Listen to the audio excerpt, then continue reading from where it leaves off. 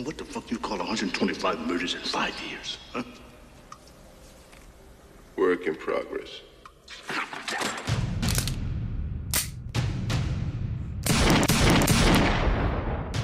Yo, Bromandos! Today I'll be reviewing Marvel's The Punisher.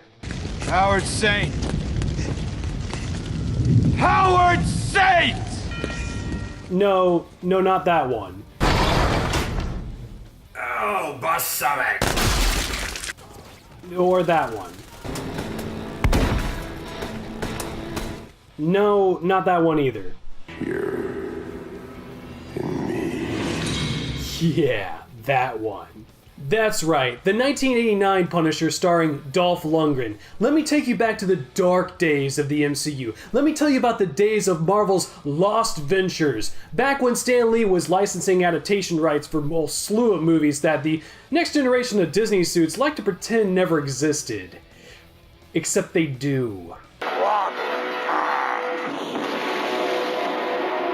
All joking aside, I'm not even gonna pretend for a moment that I'm a big connoisseur of comic books. I mean, yeah, you'll see me tweet about Marvel Comics every once in a while, but that's because watching them try to dismantle their own brand, one pissed off and alienated fan at a time, is truly a flame war to behold for the ages and really should be a part of every business school freshman class, How to Fail 101. Yeah, I've read a handful of trades, but that's about it. While I get the merits of the medium, there's just certain aspects of comic books that honestly have just never appealed to me. Namely, the concept of superheroes. I like Batman. I like him because he doesn't have powers and his villains are badass. I could give a crap less about that Gotham TV show, but I was excited when Netflix announced that they were going to have a Punisher series. I mean, after all, I do like to think I had a hand in making that happen. What's up, Bromandos? Are we getting a Punisher solo series on Netflix or not? You couldn't see it, but that was a wink. Okay, I'll cut the crap. Why do I feel the need to bore you with my stance on comic books? Well, it's because the 1989 Punisher is infamous for pissing comic fans off. Come on, God. Answer me. How's this for starters? The filmmakers thought it was stupid that a guy would paint a big white skull on his chest that his enemies could use as a target, so they simply removed it. Yeah, the Punisher's skull symbol is never shown, not even once. Can you believe that shit? That'd be like if they removed the S from Superman. It's part of his character, it's his freaking calling card! Don't bother looking for any of Punisher's classic villains either, such as Jigsaw or Kingpin. Instead, here we've got a mashup of cheeseball gangsters and Japanese Yakuza. As far as being an adaptation of a comic book goes, this movie is really bad. I mean, other than you got a character named Frank Castle, ex-cop, dead family, now kills people, it's like no one bothered to read any of the source material at all. Before when I described this movie as infamous, I was being hyperbolic. It's mostly just forgotten. The Punisher was released straight to video by New World Pictures, a company who was more or less a poor man's Cannon Group. It never saw a wide theater release in the United States. In fact, one of the only showings of it was in 2009 when the director screened his own copy at Dolph Lundgren's personal film festival. Even when it was released, the critics raked it over a bed of vengeance, so for most people this film appears to be exactly what it appears to be, a really bad comic book movie from a time when Marvel movies were really bad.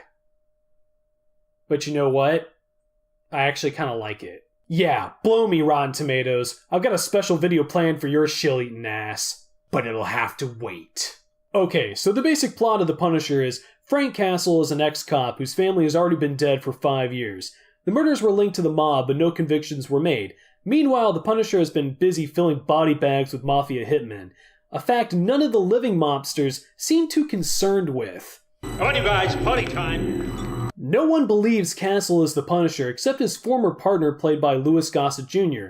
However, Frank has killed so many people in the organized crime families that they've become vulnerable to the much more ruthless Yakuza, that by the end, he's forced to temporarily set aside his quest for vengeance on the mafia to deal with the Yakuza instead. So, it's not an origin story. Seriously, they spend maybe like 2 minutes explaining who Frank is and why he punishes people. I mean, sure, it might have, created more sympathy for him if they had spent the movie building up who he was, or at least the first act, on the events that led up to his family's deaths, but It would have slowed things also way down, and this is an action movie. Slow equals suck. Damn this old thespian, a very sick thing. What the hell's a thespian? An actor, sir. A lot of people criticize this film for its bad acting. Well, like usual, a lot of people are wrong! Ish. Okay, there's a lot of bad acting, but it's not all that bad. Louis Gossett Jr. is actually pretty good throughout, and Dolph is freaking great. While getting prepared for the role, I read that he would stay up, depriving himself of sleep to give Castle a more haggard, sick appearance. He also stopped weightlifting and instead beefed up on his martial arts. When it came time for production, Dolph insisted he perform all his own stunts so he wouldn't get bored. He also tried to stay in Castle's headspace by walking around talking to himself, a habit that freaked out some of the production crew. Overall, except for a few moments, he gave a pretty good performance. Then there's everyone else, and they're either sorely misused, ham-fistedly cheesy, or just unhinged, occasionally leading to scenes that are both violent and bizarre. The mobsters are just ridiculous. Very difficult. Fuck you. Fuck you. Fuck you. Red One, will you get off Your ass. What? Everything's okay? Yeah. Red 2, what have you got?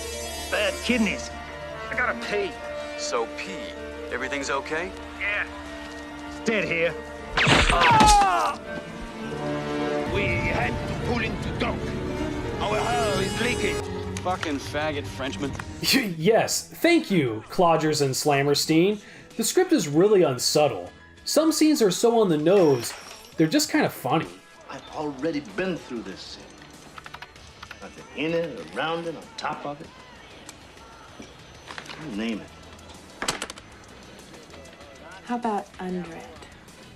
Like he really wouldn't have thought of that? And this next criticism is sort of a nitpick, but it's also incredibly obvious where they had to film on a soundstage. I mean, I guess it makes sense. If you're going to build a room just so your main character can destroy it, why put a lot of money and effort into it? So if it has all those problems, why do I still like it? Well, because it's badass. It fits the Thompsonator criteria for what an action movie should be. One dude, 100 guns, 2,000 bodies! But that's an overly simplified version of the rules I came up with in a previous vid. Now, The Punisher has something else going for it that I haven't mentioned before. Two little words that, when combined, form an endless eternity of blissful possibility. I'm talking about, of course, the why not factor. Hey, you want to add something awesome to your movie? Well, why not? Be like that douchebag no one likes anymore and just do it! Oh, but I don't like it. It doesn't make sense. That's unintelligent. Yeah, you know what that is? That's the voice of reason. And reason's a whiny little bitch who makes boring crap. F*** reason. There is only why not. Have ninjas come down the slide while firing machine guns? Why not? Dress your lead actor like the Terminator? Why not? Give him a Tommy gun he never fires? Why not? Keep the camera rolling after he makes his face? Why not? Have that of the Yakuza dressed like a gangster for no reason? Reason? Pfft, no. Why not? Have your gangsters make their call sign run once so you can rip off of Star Wars? Why not? Give this guy high heels? Why not? Have a titty bar scene where the only dancer who gets a close-up is a dude. When you pan down, the only guy looking is another dude? Why not? Punch a kid in the face and shoot his babysitter? Why not? This movie's why not factor is truly glorious. I mean, I'm not saying all of it works, but for a story that only has 2D characters, it's actually pretty cool. Being violent as crap also probably helped. This Punisher is nothing like the 2004 film with Thomas Jane, which is about as R-rated as a dad joke with a stubbed toe. No man, it's hardcore. It drops F-bombs on its audience as if we were Dresden and shoots more than one guy in the face. There's one especially violent scene toward the end. And yeah, upcoming spoiler alert for those of you who care. Tommy, the son of the last surviving mob boss, Franco, has been taken prisoner by Lady Tanaka, the head of the Yakuza. Tanaka says the only way she'll let his son live is if Franco sticks a gun in his mouth and blows his own head off. Then Castle jumps in and throws a knife in her forehead. At that point, Franco turns on Castle and tries to kill him, but loses, dying instead in front of his only son. Then Castle gets on his knees and pleads for the boy to shoot him, since Franco's death means his revenge is complete, but Tommy fails to do it. Castle then tells Tommy he better grow up to be a good man, or he'll come back and kill him too. Good luck enjoying that ill-gotten trust fund, kid. See you in therapy. It kind of makes me wonder what modern critics would say if a movie like this got released now. Fear and Loathing in Marvel's MCU. New World's Punisher, starring a skeletal Dolph Lundgren, is the perfect film for these dark times in which we find ourselves living, where 6-feet-tall white men bask in the glories of their naked fascism, grinning delightfully as they gun down hordes of faceless minorities on dark urban streets. Putting my own feelings aside, even I have to rate this film an F- for its failure to realize how damaging messages like this can be to today's youthful audience. Something microaggression. Something who gives a shit. Look, Lundgren's Punisher doesn't succeed at being a quote-unquote good movie. It succeeds at being a fun one. A fun, unpretentious film that just tries to entertain you. And, oh my god, I sound like a total hypocrite. You know, I can't exactly explain why this movie appeals to me more than really what a lot of Marvel is doing now. Could be just a personality thing. There's something, though, about a team of people with limited resources going out and doing the best that they can do that just feels real to me.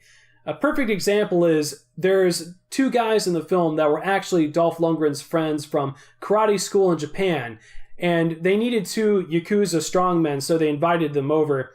And neither one of those guys understood that they were actually making a movie, and they thought that when they were fighting on camera, it was for real, and losing was an insult to their honor. So Lundgren had to fight them for real over and over again on camera until they got it right and everyone was satisfied. It's like the art of filmmaking for me really loses its magic when every line of a script reads like it was some corporate business decision that got rewritten by 100 different people. That, and I just think superpowers are incredibly boring. And PG-13 movies are gay. On my next point, though, I could speak clearly. No, I do not, again, like movies like The Punisher, ironically. Liking stuff ironically is for posers who deserve the allergies they'll eventually get from their cat hair-covered cardigans.